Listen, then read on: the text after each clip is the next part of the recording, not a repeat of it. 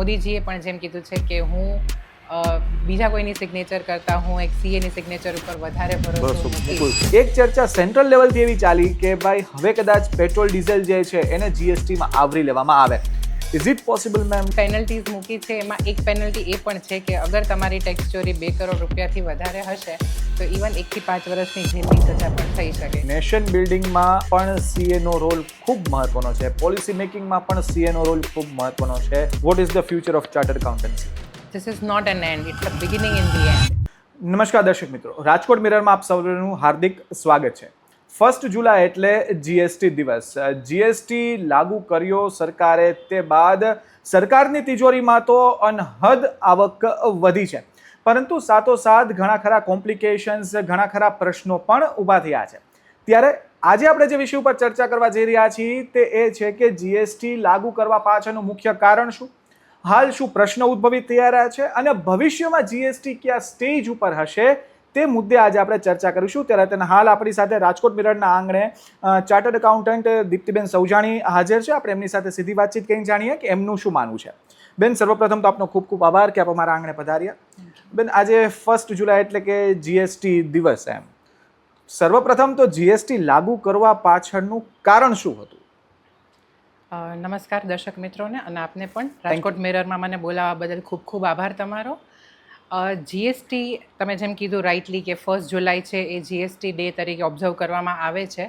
1 જુલાઈ 2017ના GST role out કરવામાં આવ્યું હતું, અને એને રોલ આઉટ કરવા માટેનું મુખ્ય કારણ એ હતું કે જીએસટી પહેલાંનું જે રિજાઇમ હતું જી, ત્યારે ખૂબ જ ઘણા બધા પરોક્ષ કર હતા ઇન્ડિયામાં પ્રિવેલન્ટ, જેના લીધે થઈને કેસ્કેડિંગ ઇફેક્ટ થતું હતું કે પ્રોડક્ટની વેલ્યુ ઉપર તો ટેક્સ લાગતો જ લાગતો, પણ ટેક્સ ઉપર પણ બીજો ટેક્સ લાગતો.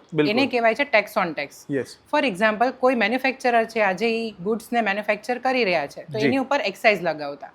એ જ મેન્યુફેક્ચર જ્યારે ટ્રેડરને એ ગુડ્સ વેચે છે, ટ્રેડર ફરીવાર જ્યારે એ ગુડ્સ વેચે છે તો અગેન એના ઉપર વેટ લાગતો.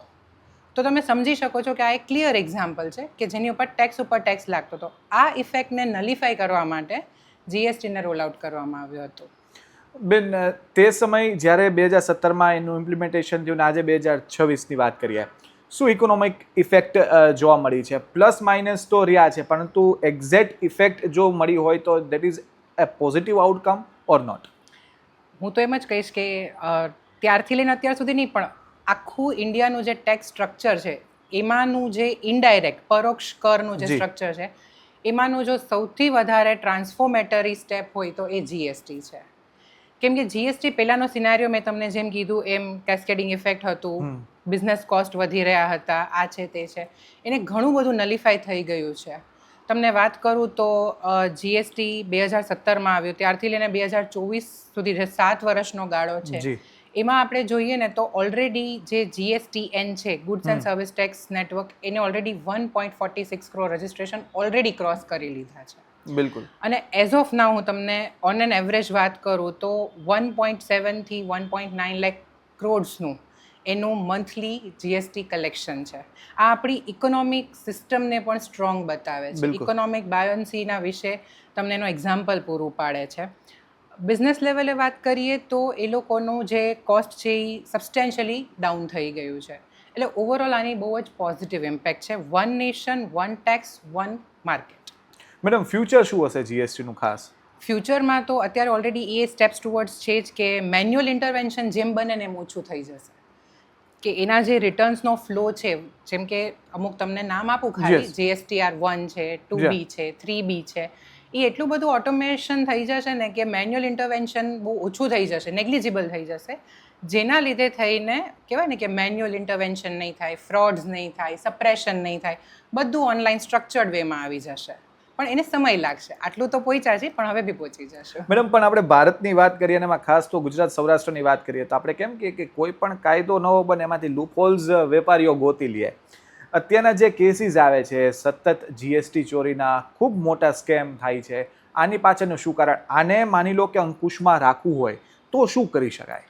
જીએસટી ડિપાર્ટમેન્ટે ઓલરેડી એના ટૂલ્સ ડેવલપ કરી લીધા છે, જેમ કે બીફા છે, અદ્વૈત છે, એ બધું ઓટોમેશન થઈને એઆઈની મદદથી એ લોકો ઓનલાઈન જ કેસ સિલેક્શન કરી અને ઓલરેડી બિઝનેસમેનને સ્ક્રુટિનીઝ નોટિસીસ મોકલવા માંડ્યા છે. શું કામ બધો ડેટા ઓટો પોપ્યુલેટ થઈને આવી રહ્યો છે, એટલે જ્યાં જ્યાં લૂપહોલ્સ આવે છે સિસ્ટમ એને ફ્લેગ કરી દે છે અને ડિપાર્ટમેન્ટ ઓલરેડી એના ઉપર છે કે હાઈ રિસ્ક ટેક્સ પેયર્સ છે એના ઉપર ઓલરેડી વર્ક કરવાનું ચાલુ કરી ચૂક્યા છે અને હવે રિયલ ટાઈમ આવી જશે, એઆઈ બેઝડ ઓડિટ સિલેક્શન આવી જશે, એટલે લોકો કાંઈ પણ સપ્રેશન કરશે ને એના પહેલાં એક વખત એ વિચારશે કે હું આ કરીશ ને કદાચ આમાં આવી જઈશ, એ ડરથી જ છે ને 50% ઓફ ધ થિંગ્સ છે ને એ એલિમિનેટ થઈ જશે. બેન, એક ઘણા ખરા ચાર્ટર્ડ એકાઉન્ટન્ટ સાથે જ્યારે ઇન્ટરેક્શન કરવાનો મોકો મળતો હોય ત્યારે એક વાત એ આવે છે કે ભાઈ સતત જીએસટીમાં જે ચેન્જીસ આવે છે એને કોપઅપ કરવામાં ક્યાંક ને ક્યાંક ખાસો સમય લાગે. માની લો કે એ ક્લોઝને સમજવામાં હજી પ્રયત્ન કર્યો ત્યાં કોઈક બીજો ક્લોઝ આવી ગયો હોય, તો આ જે પ્રશ્ન છે આને કઈ રીતે આનું નિવારણ આવી શકે? ખાસ તો કોન્સ્ટન્ટ રિવિઝન, કોન્સ્ટન્ટ અપડેટેડ રહેવાનું, એની સાથે લર્નિંગ નેવર સ્ટોપ્સ, એમ જ કહીએ અમારા માટે તો એ બરાબર છે. અને સાથે સાથે જે પણ અમારા વ્યક્તિગત અમારા જે ક્લાયન્ટ્સ છે એને અમે લોકો અપડેટ કરતા રહીએ છીએ કે ભાઈ આપણી પ્રોડક્ટમાં બાયફર્કેશન ચેન્જ થયું છે કે ક્લાસિફિકેશન ચેન્જ થયું છે કે ટેરિફ ચેન્જ થયો, રેટ જેને આપણે કહીએ, જે કાંઈ પણ છે અમે સતત એ લોકોને પણ અપડેટેડ રાખીએ છીએ. અને રાજકોટ બ્રાન્ચ જે છે અમારી સીએ ઇન્સ્ટિટ્યૂટ, ત્યાં ઘણી બધી GST related conferences, seminars, workshops એ બધું કન્ટિન્યુઅસલી યોજાય છે. અને અમે ઇવન જોઈન્ટ પ્રોગ્રામ્સ પણ કરીએ છીએ જેમાં ચેમ્બર છે, બીજા બિલ્ડર્સ એસોસિએશન હોય કે ગમે તે છે, અમે એ લોકોને પણ ઇન્વાઇટ કરીએ છીએ. સાથે સાથે અમારી સિસ્ટર કન્સર્ન્સ છે લાઇક સીએસ ઇન્સ્ટિટ્યૂટ, આઈસીડબ્લ્યુ ઇન્સ્ટિટ્યૂટ, એ લોકોની સાથે પણ અમે ભેગા મળીને ઘણા બધા પ્રોગ્રામ્સ કરીએ છીએ. ઇનફેક્ટ અમારા ચાર્ટર્ડ એકાઉન્ટન્ટ્સ માટે ત્યાં અંદર એક જીએસટી સ્ટડી સર્કલ પણ છે, જે લોકો દર વીકે કે દર ફોર્ટનાઇટ એ લોકોની બધાની કન્વિનિયન્સ મુજબ એ લોકો ત્યાં ગેધર થાય છે અને આ બધા અપડેટ્સ ત્યાં ડિસ્કસ કરતા હોઈએ છીએ. બેન, વાત કરીએ જીએસટીની, જેમ જેમ અપગ્રેડેશન આવશે એમ હજુ પણ નવા ક્લોઝિસ, નવા નીતિ નિયમો લાગુ પડશે. આ વખતે ખરા અર્થમાં જે બજેટમાં જે જીએસટીને કંઈક વધુ મળે એવી આશા હતી પણ આ વખતે મળ્યું નથી. શું કારણ માનો છો? ગવર્મેન્ટના પોતાના પ્રોજેક્શન્સ છે, એ લોકોના પોતાના સેટ બજેટ્સ છે. અમે પણ એવું ઈચ્છીએ છીએ કે ઘણા બધા પ્રોડક્ટ જે જીએસટીના એમ્બેટની બહાર છે એને કદાચ આ વખતે લઈ લે, તો એનાથી છે ને ઓવરઓલ ઇકોસિસ્ટમ ઉપર ઘણી ઇમ્પેક્ટ પડે છે. પણ ultimately decisions are taken at ministry level, એટલે મે બી ત્યાંથી કાંઈક કોઈક એવો કોન્ટેક્સ્ટ આવી ગયો કે જેના લીધે થઈને આ વર્ષે નહીં પણ આવતા વર્ષે એ લોકોએ પોસ્ટપોન રાખ્યું. અત્યારના ઇન્ટરનેશનલ કોન્ફ્લિક્ટ્સ જે ચાલે છે, બરોબર, એમાં ક્રૂડને લઈને ઘણા ખરા પ્રશ્નો બાંધ્યા. એક ચર્ચા સેન્ટ્રલ લેવલથી એવી ચાલી કે ભાઈ હવે કદાચ પેટ્રોલ ડીઝલ જે છે એને જીએસટીમાં આવરી લેવામાં આવે. ઇઝ ઇટ પોસિબલ મેમ કે જો માની લો કે એ શક્ય થાય તો એની શું ઇફેક્ટ આવે? પ્રેક્ટિકલી બિઝનેસમેન માટે બહુ સારી ઇફેક્ટ છે, કેમ કે અત્યાર સુધી એ જીએસટીના એમ્બિટમાં નહોતું, એટલે પેટ્રોલ ઉપર એ લોકોને બધું જે જાતું હતું ટેક્સ, જે અત્યારે સ્ટેટ સબ્જેક્ટ છે, તો એની કોઈ ઇનપુટ નથી મળતી. પણ જો પેટ્રોલ ઉપર જીએસટી, ક્રૂડ ઉપર જીએસટી આવી જશે તો લોજિસ્ટિક્સ જેટલો બી એક્સપેન્સ છે એ બધો આઈટીસી વાળો થઈ જશે અને એના લીધે એની કોસ્ટ ને સબસ્ટેન્શિયલી ઘટી જશે. આ હું વાત કરું છું એવા બિઝનેસીસની જ્યાં transport is at core, logistics, એ વાળા બિઝનેસીસને આનો બહુ ફાયદો થશે. બેન, બીજું અત્યારના આઈટીસીને લઈને ઘણા ખરા કેસીસ, સૌથી વધુ જીએસટીમાં ભાઈ ફેક આઈટીસી ક્લેમ કરી લીધી હોય, તો એમાં ચાર્ટર્ડ એકાઉન્ટન્ટનો શું રોલ છે? આઈટીસીમાં ઘણી વખત એવું પણ બનતું હોય છે કે ક્યારેક ડ્રાફ્ટ જ આવી જતું હોય છે, અમારે વેરીફાઈ કરીને અપલોડ કરવાનું હોય છે. તો દર વખતે સ્ટ્રીમલાઇન થઈને ડેટા આવતો હોય કે ટેલી અને પોર્ટલ બધું કનેક્ટેડ થઈ ગયું હોય, તો ક્યારેક ઇન ડિટેલ એક પર્ટિક્યુલર ઇનવોઇસ ફ્લેગ ન થતું હોય, એ બીજા મિક્સ ઓફ બલ્કમાં જતું રહ્યું હોય, તો we are not able to point that out. પણ બનતા સુધી એવો અમારો પ્રયત્ન હોય છે કે આવી કોઈ ખોટી આઈટીસી ક્લેમ ન કરીએ અને પહેલેથી જ બધા અમે લોકોએ અમારા ક્લાયન્ટ્સોને જેની પેનલ્ટી હોય કે આપણે ખોટી આઈટીસી લઈએ તો એની જે પેનલ્ટી છે એના વિશે અમે લોકો પહેલેથી અમને આગાહ કરી દેતા હોય છે. બેન, પહેલાના ટેક્સ સ્લેબની વાત કરીએ, બરોબર, અને હાલ જે હમણાં જે ટેક્સ સ્લેબમાં ચેન્જીસ આવ્યો, which tax slab you prefer the most as a chartered accountant? કે અત્યારના જે આવ્યો છે એ બરોબર છે કે પહેલા જે હતો એ બરોબર હતો? અત્યારે જે આવ્યો છે હજી કોમ્પ્લેક્સ જ છે, પણ સ્ટીલ વી આર હોપિંગ કે હજી આને થોડું સિમ્પ્લિફાય કરવાની જરૂર હજી છે. કયા સેક્ટરમાં સિમ્પ્લિફિકેશનની જરૂર છે અને ખાસ તો શું કામ? ખાસ તો રિયલ એસ્ટેટ, એના અંદર પણ એનું કેલ્ક્યુલેશન જ એટલું કોમ્પ્લેક્સ છે કે અત્યારે તમને ખ્યાલ છે કે અનસ્ટ્રક્ચર્ડ પ્રોપર્ટીઝ પર છે, તો એનું લેવલ ઓફ કમ્પ્લીશનનું કેલ્ક્યુલેશન, એનો WIP નો સ્ટોક, એ બધું કેલ્ક્યુલેશન ઇટસેલ્ફ જ એટલું કોમ્પ્લેક્સ છે ને કે જીએસટીને એમાં કેવી રીતે ફિટ કરવું, એક કોઈ સિંગલ ફોર્મ્યુલા ડેવલપ થઈ જાય તો એ વધારે જરૂરી છે અત્યારે. પ્લસ તમને ખ્યાલ હોય તો કોઈ આપણા સ્ટેટમાં નહીં પણ બીજા સ્ટેટ્સની વાત કરો તો પર્સનલ કન્ઝમ્પશનનો આલ્કોહોલ છે એને પણ આમાં કવર નથી કર્યું. તો એના ઉપર પણ અગર ટેક્સ આવી જશે તો it would be good for the economy as a whole. Electricity ઉપર પણ અત્યારે જે સ્ટેટ ડ્યુટી ઇલેક્ટ્રિસિટી ડ્યુટી છે એ જ લગાવવા આવી રહી છે. જ્યારે તમે જુઓ છો કે મોટા મોટા યુનિટ છે એના અંદર ઇલેક્ટ્રિસિટી કેટલું બધું કન્ઝ્યુમ થતું હોય, તો અગર એ બધા એક્સપેન્સીસ છે જે ડાયરેક્ટલી એટ્રીબ્યુટેબલ છે એવા ક્રૂડ છે, ઇલેક્ટ્રિસિટી છે, એ બધા ઉપર જીએસટી આવી જશે ને તો બિઝનેસમેનને ઘણો ફાયદો થશે. મેડમ આપણે જે વાત કર્યું કે 2017થી જે ઇમ્પ્લિમેન્ટેશન થયું અને ટુડે ઇઝ 2026, બરાબર, 9 વર્ષ 10 વર્ષ જેટલો સમય, અને છતાં પણ હજુ સિમ્પ્લિફિકેશન થવામાં ક્યાંક ને ક્યાંક ઓબ્સ્ટિકલ્સ આવી જ રહ્યા છે. 10 વર્ષ એટલે ઇટ ઇઝ નોટ કહેવાય કે બહુ ઓછો સમય નથી એમ. તો એની પાછળનું શું કારણ, what would be the think tank કે હવે આ સિમ્પ્લિફાઈ થવું જોઈએ જેથી સીએને પણ કોઈ તકલીફ ના પડે, જે અસેસી છે એને પણ કોઈ તકલીફ ના પડે? શું માનો છો આપ? હું છે ને આને પોઝિટિવથી પહેલાં ચાલુ કરીશ. Please. જીએસટી જ્યારે રોલ આઉટ થયું ને એ લોકોએ હંમેશા ઇમ્પોર્ટન્સ આપ્યું છે ટેકનોલોજી ફર્સ્ટ. એને સિસ્ટમ જ એવી સરસ બનાવી છે ને કે બધું ઓટોમેટિક થઈ રહ્યું છે, પણ સાથે સાથે લોને સમજવું. આજે જી. કોઈ પણ એક સેન્ટેન્સ હોય ને તો એના બે મિનિંગ નીકળી શકે because legal language is complex. આપણે આજે વાત કરી રહ્યા છીએ એ નોર્મલ લેંગ્વેજ છે. જ્યારે કાયદો બનતો હોય ને ત્યારે એને પેસિવ વોઇસમાં બનાવવામાં આવતો હોય. તો એવું બને કે એક જ પ્રોવિઝન છે, તમે અલગ રીતે જુઓ છો, હું અલગ રીતે એને ઇન્ટરપ્રિટ કરું બિલકુલ. છું. તો ત્યાં ને ત્યાં કંઈક ક્લેશ થાય છે અને અસેસી અલગ ઇન્ટરપ્રિટ કરતું હોય છે, ડિપાર્ટમેન્ટ અલગ ઇન્ટરપ્રિટ કરતું હોય છે. પ્લસ કોને લેવું કોને ન લેવું, અને તમે જુઓ ડ્યુઅલ કંટ્રોલ છે, સેન્ટ્રલ છે અને સ્ટેટ State. છે. એમાં બી તમે કેટેગરાઇઝેશન કરો ને તો સ્પેશિયલ સ્ટેટ્સ છે અને નોર્મલ સ્ટેટ્સ છે. તો એ બધા નોમેનક્લેચરની અંદર થોડું ભેગું કરીને કોમ્પ્લેક્સિટી વધી ગઈ છે. બાકી જો પહેલેથી જે જીએસટીની સાથે એસોસિએટેડ છે એને રોજબરોજ જે અપડેટેડ થાય છે એને આખું સમજવામાં પ્રોબ્લેમ નથી થતું. યસ, પ્રોસિજરલ લેવલે પ્રોબ્લેમ્સ હોય છે but that can be sorted out with GST ડિપાર્ટમેન્ટ્સનું tie ups and all. Madam, અત્યારના જે ઇમ્પ્લિમેન્ટેશનની વાત કરીએ તો what challenges are you seeing in GST right now till this second? જીએસટીના પોર્ટલ સ્પેસિફિક Yes. તમને કહું તો let me be very candid and honest from a practitioners perspective. Whenever due date comes ત્યારે as હા. Usual એ portal છે એ થોડું સ્લો ડાઉન થઈ જાય છે, ક્યારેક ક્રેશ થઈ જાય છે. તો જેન્યુઇનલી આપણે રિટર્ન ભરવાના રેડીનેસમાં હોઈએ છીએ છતાં પણ ક્યારેક આપણે પેનલ્ટી કે લેટ ચાર્જીસ પે કરવા પડે છે. ક્યારેક એવું બને છે કે ઇન્વોઇસ ઇન્ટિગ્રેશન જે સોફ્ટવેરથી કરવાનું હોય છે એના અંદર એરર્સ આવી જાય છે. એ બધા ગ્લિચીસ હજી અમે ફેસ કરી રહ્યા છીએ. પણ મારી એક ટિપ છે, અને હા એક હજી પ્રોબ્લેમ છે, Please. ઓટો પોપ્યુલેટેડ ડેટા પણ આવે છે. તો ઓટો પોપ્યુલેટ છે શું છે, જેટલું સિસ્ટમને મળ્યું એને સિસ્ટમને પ્રોસેસ કરીને તમને આપ્યું, પણ જે વસ્તુ સિસ્ટમને મળી જ નથી એ પ્રોસેસ નહીં કરે તો હંમેશા એક ગેપ રહેશે. પોર્ટલ ઉપરનું જે તમારું પરચેસ છે અને બુક્સનું તમારું જે પરચેસ અમાઉન્ટ છે એ મેચ નહીં થાય, એટલે એમાં ઘણું બધું રિકન્સિલિએશન જોઈએ, ટાઈમ માંગી લઈએ, મેન અવર્સ માંગી લઈએ, અફર્ટ્સ માંગી લઈએ.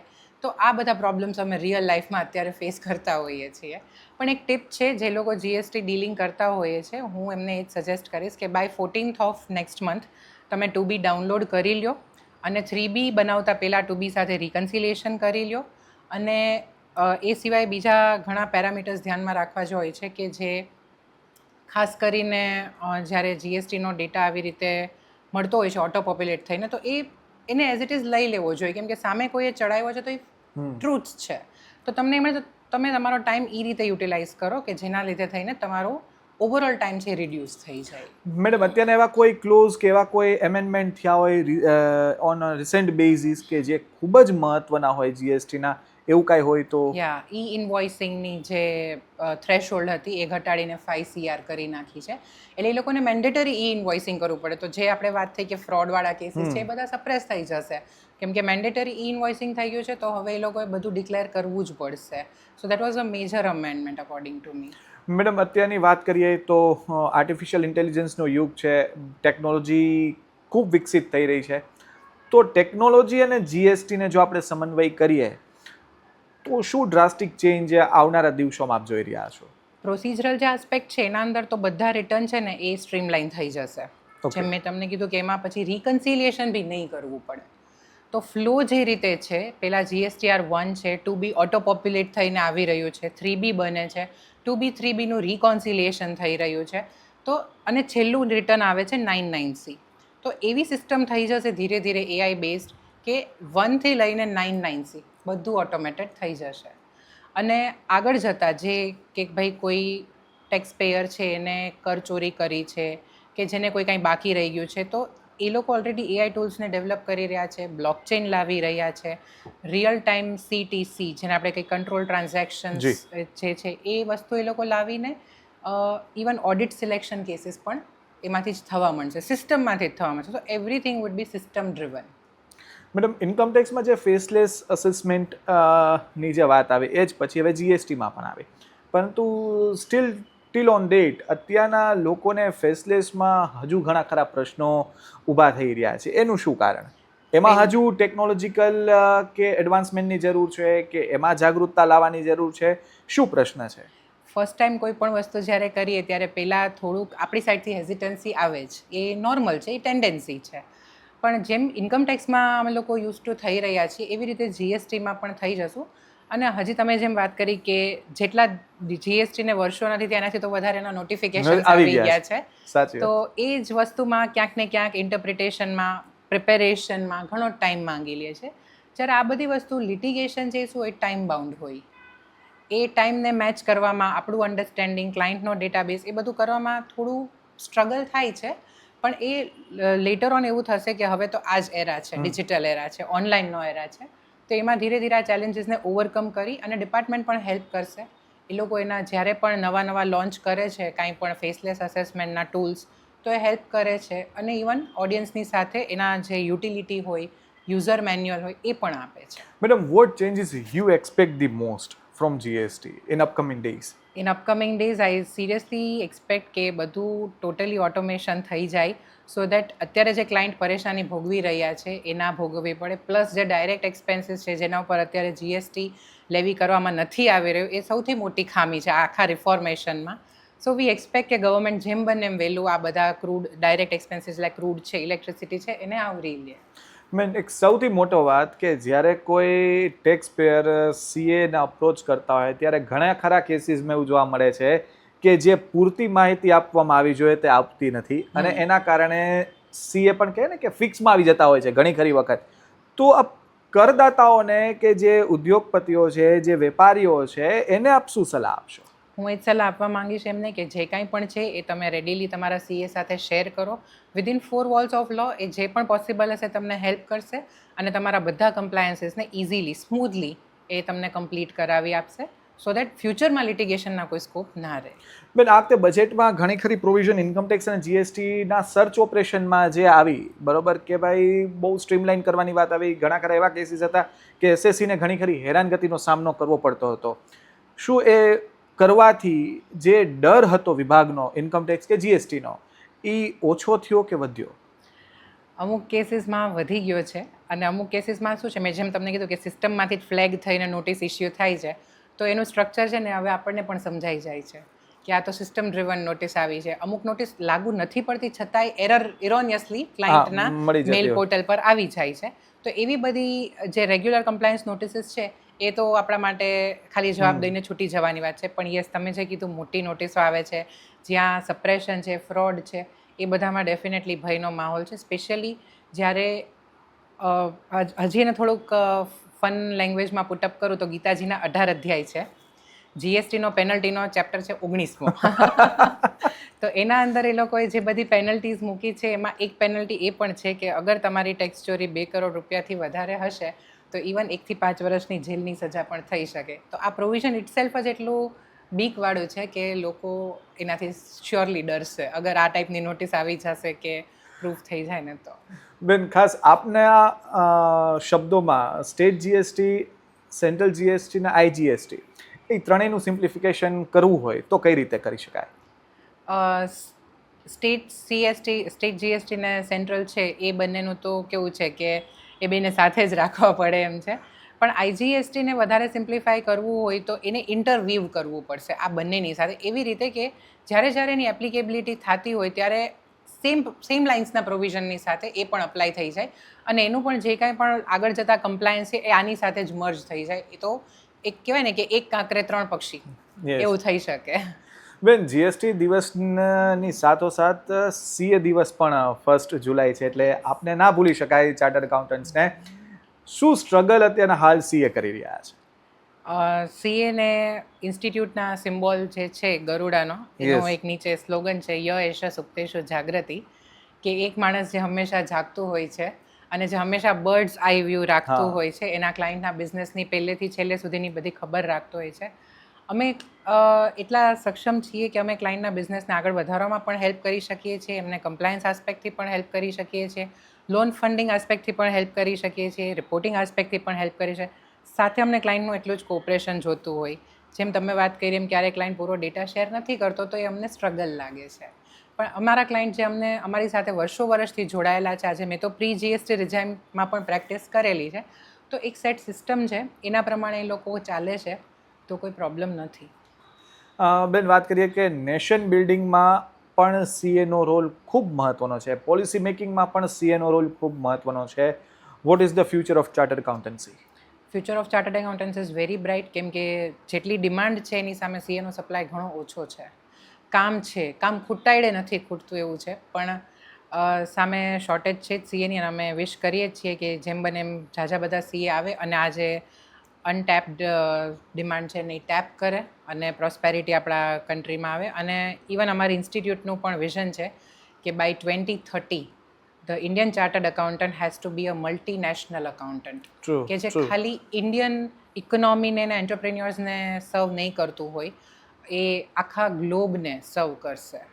બેન, એક એવો પણ સર્વે છે કે ઓન વર્લ્ડ કન્ટેસ્ટ આપણે જો વાત કરીએ તો ઇન્ડિયન ચાર્ટર્ડ એકાઉન્ટન્ટ્સ ઉપરનો જે ભરોસો જે છે એ ખૂબ વધુ છે. વાત સાચી, પરંતુ જે ક્વોલિટી સીએ જે બહાર આવવા જોઈએ તે આવતા નથી.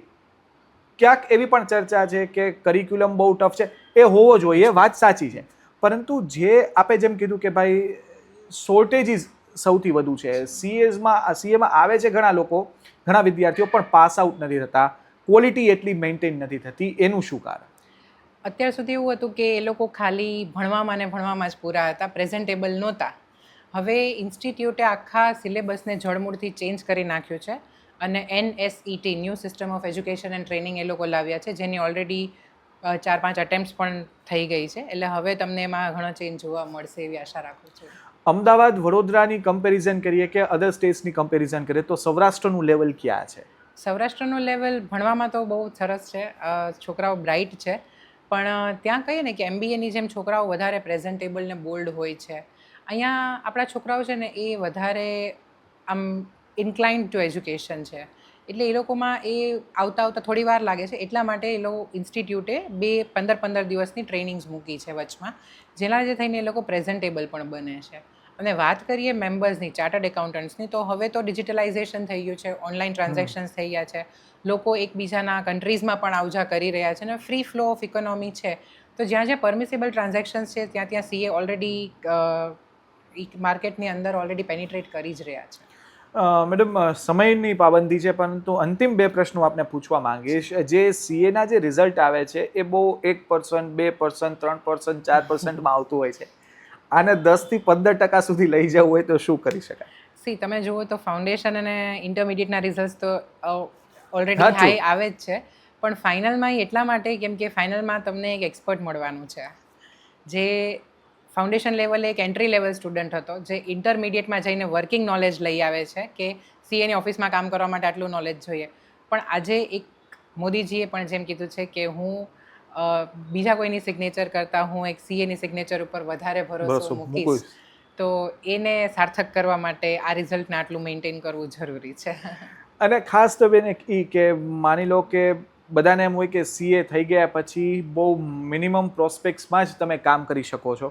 ખરેખર એ વાત સાચી છે? અને હવે જે ગવર્મેન્ટ જે સ્કીમ્સ લઈ આવે છે, જે અપગ્રેડ થઈ રહી છે, જે $5 ટ્રિલિયન ઇકોનોમીની વાત કરે, તેમાં સીએનું રોલ ખૂબ મહત્વનો છે.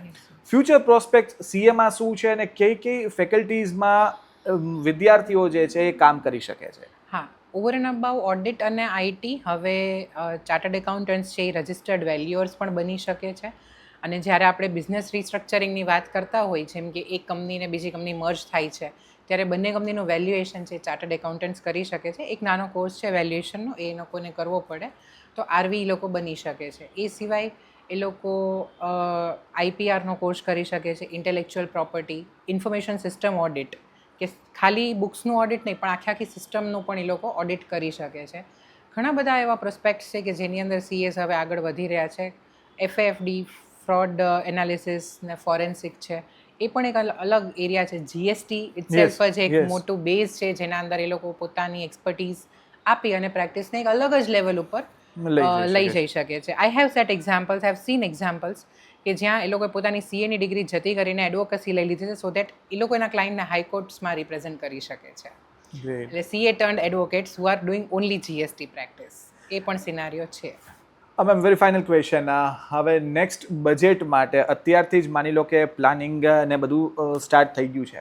બિંગ અ ચાર્ટર્ડ એકાઉન્ટન્ટ, શું અપેક્ષા રાખો છો આ વખતેના બજેટમાંથી? પછી ઇન્કમટેક્સ હોય કે જીએસટી હોય, શું ચેન્જીસ જો આ વખતે એમેન્ડ કરવામાં આવે કે એ અંગે નિર્ણય લેવામાં આવે તો હજુ પણ સિનારીઓ ચેન્જ થઈ શકે?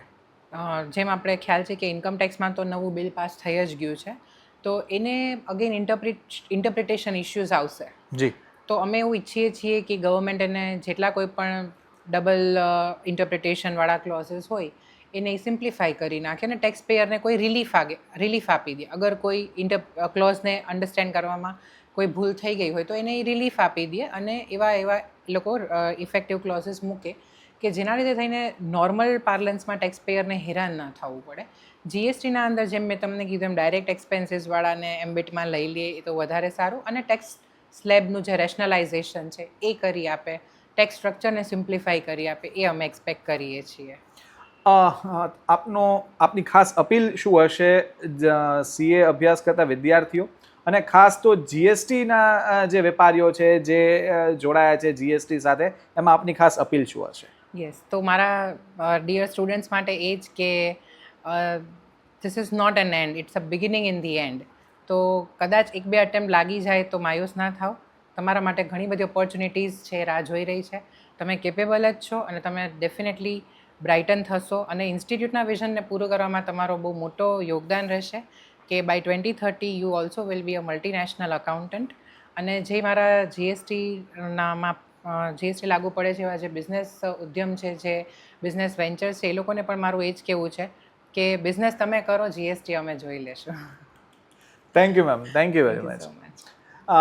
તો મિત્રો, દીપ્તિબેને ખૂબ સારી વાત કરી, ઘણા ખરા મુદ્દા ઉપર ગંભીર ચર્ચાઓ થઈ કે હજુ પણ જીએસટી છે કે ઇન્કમટેક્સ છે એને હજુ વધુ સિમ્પ્લિફાઈ કરવામાં આવે તો તેની સીધી જ અસર દેશના અર્થવ્યવસ્થા ઉપર જોવા મળશે. કારણ કે અત્યારના પરોક્ષ રીતે જે સરકારની તિજોરી જો ભરાતી હોય તો તે જીએસટી છે અને સરકાર જીએસટી ઉપર ખૂબ સારું કામ પણ કરી રહી છે.